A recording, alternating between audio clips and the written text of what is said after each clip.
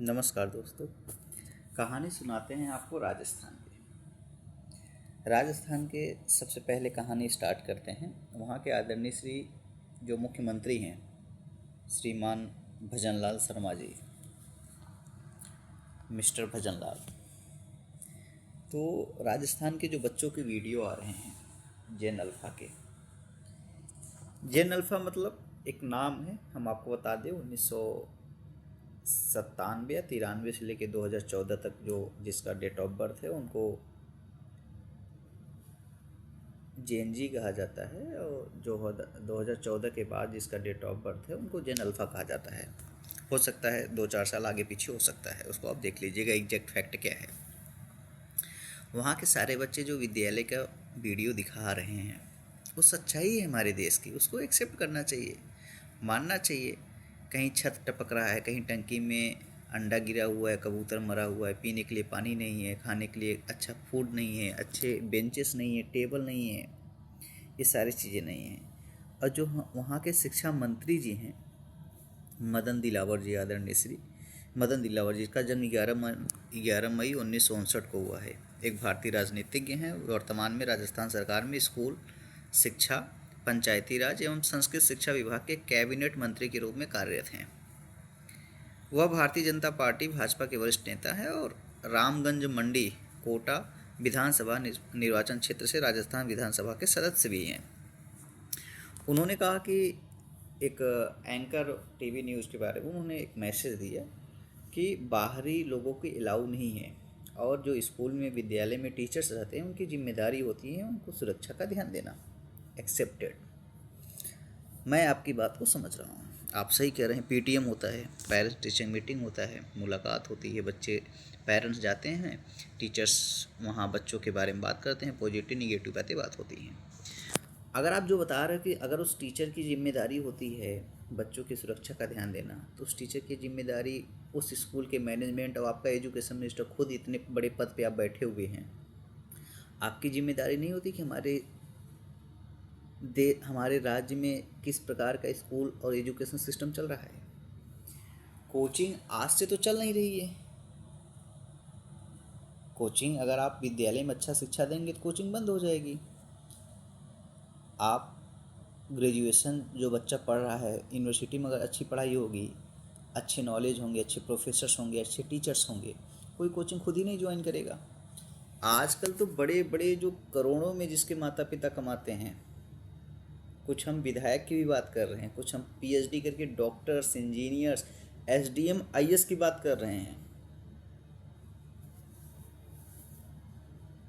जिसके यहाँ हम स्वयं पढ़ाते हैं, उनके भी बच्चे कितने बड़े बड़े स्कूल में जा रहे हैं। Delhi public school, ambience public school, तमाम प्रकार के ICSC board, IB board, CBSE board के बच्चे जो पढ़ रहे हैं वो भी होम ट्यूशन्स पढ़ रहे हैं। और जो 9, 10, 11, 12 के हैं वो भी कोचिंग ज्वाइन कर रहे हैं, पढ़ रहे हैं। तो आपने जो कहा कि बच्चों की जिम्मेदारी, तो जिम्मेदारी लीजिए ना। जिम्मेदारी लेने के लिए ही तो सारी चीज़ें किया जा रहा है। जिम्मेदारी आप ले लेंगे तो सारी बात ही ख़त्म हो जाएगी। आप जिम्मेदारी ही तो नहीं ले रहे हैं, जिम्मेदारी से ही तो भाग रहे हैं। और वही हम लोग चाह रहे हैं कि जिम्मेदारी आप ले लीजिए। आदरणीय से शिक्षा मंत्री जी मदन दिलावर जी, ये बता दीजिए आप, ठीक है, कि आप कह रहे हैं जिम्मेदारी है, क्या टीचर का शिक्षा किसी विद्यालय में शिक्षक ही नहीं है? एग्ज़ाम, बोर्ड का एग्ज़ाम्स आने वाले हैं, बच्चे कहाँ से पेपर देंगे, कैसे दे पाएंगे?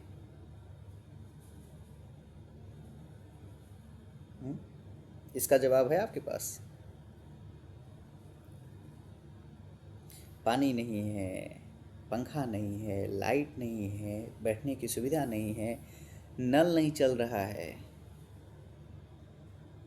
तो शिक्षा तो मारे हुए बेड़ा गर्क कर दिए हुए हैं। बस बयानबाजी कर रहे हैं आप आके। ये बयानबाजी पहले ठीक लगता था, अब आपकी बयानबाजी अच्छा नहीं लगता है, क्योंकि आप लोग बोलते क्या हैं यही नहीं समझ में आता कि आप लोग कहाँ से बोलते हैं, मतलब क्या, कौन सी किताब पढ़ के आते हैं, क्या दिमाग में चलता रहता है।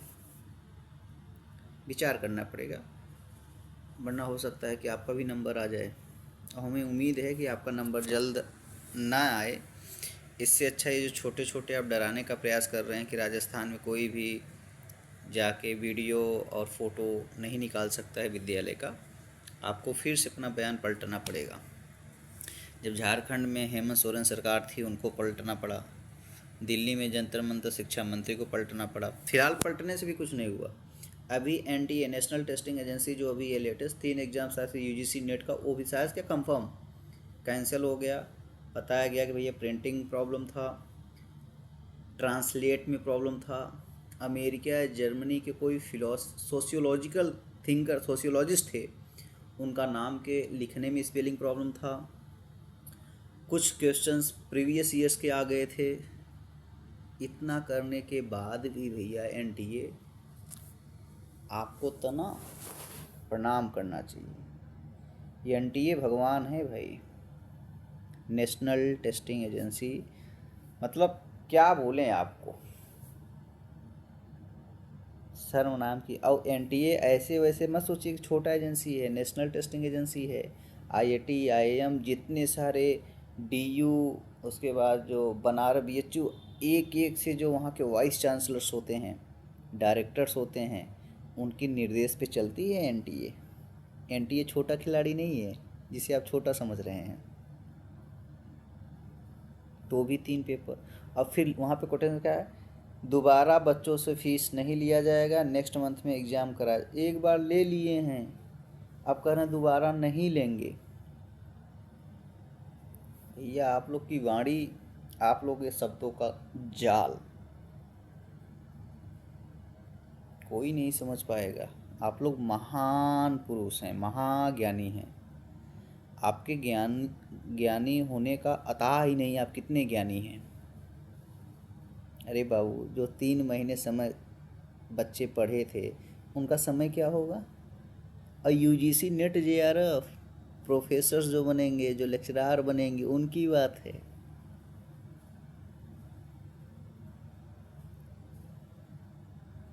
Time is more than money. समय का कीमत पैसों से भी ज़्यादा होता है। यही हम लोग को पढ़ाया गया है। पैसा तो आपको बाद में आ जाएगा, आगे पीछे। समय जो चला जाएगा,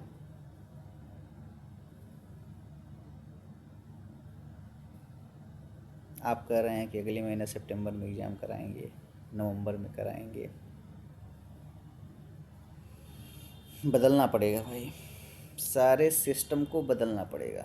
एजुकेशन, हेल्थ, आप 2 चीज़ दे दीजिए, सिस्टम चेंज करिए, बाकी सारी चीज़ जनता खुद ही ले लेगी। जिसके पास एजुकेशन है, जिसके पास हेल्थ है, वो देखिए सारी चीज़ उसके पास स्वयं सब कुछ है। और जिसके पास ये 2 चीज़ नहीं है वो भिखारी है।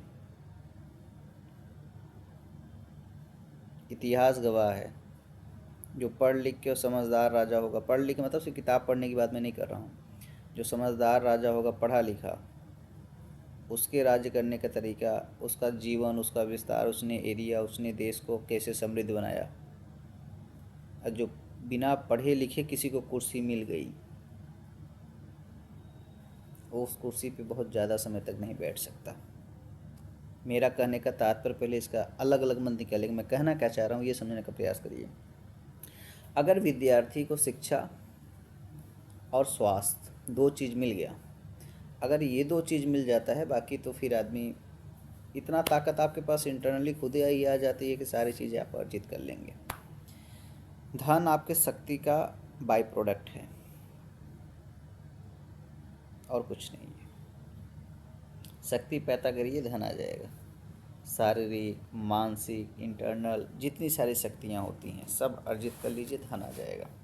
तो फिर से मैं राजस्थान सरकार जो भारतीय जनता पार्टी की है, नाम लेना पड़ रहा है वहाँ पे, हमें पार्टी से नहीं मतलब है। अभी झारखंड में तो कांग्रेस पार्टी की सरकार थी, वहाँ भी 24 दिन देखिए, मुझे तो शक्ल चोर जैसी दिख रही थी। करना सारे रद्द किए जाते हैं। आप मुख्यमंत्री हो, आपका दिमाग नहीं काम कर रहा है, इसका मतलब जाहिर सी बात है आप देश हित में काम नहीं कर रहे हो। आप अपना पॉलिटिक्स को रोड सेट कर रहे हो कि देखते हैं सामने वाले में कितना दम है, कब तक सरवाइव कर पाएगा।